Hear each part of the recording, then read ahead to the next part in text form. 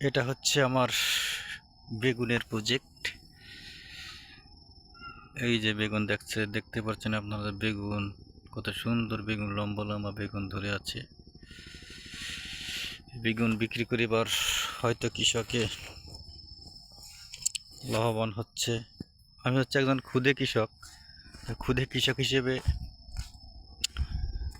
মাশাআল্লাহ আলহামদুলিল্লাহ আমি এবার বেগুনে মোটামুটি ফলন আশা করছিলাম, বাট আশানুরূপ ফলন হয় নাই। তো তারপরও যেটুকু হয়েছে মাশাআল্লাহ, শুকরিয়া আল্লাহ তাআলার কাছে। এই দেখছেন কত সুন্দর বেগুন, পাপড় কিং বেগুন। এই পাপড় কিং জাতটা এবার মানে আবহাওয়ার জন্য এই জাতটা খুবই উৎকৃষ্ট মানের।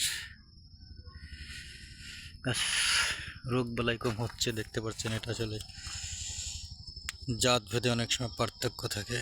একজন জাল দিয়ে ঘেরা হয়েছে, ইনশাল্লাহ তাহলে গাছগুলো হয়তো আরো বেশ কয়েকদিন থাকবে।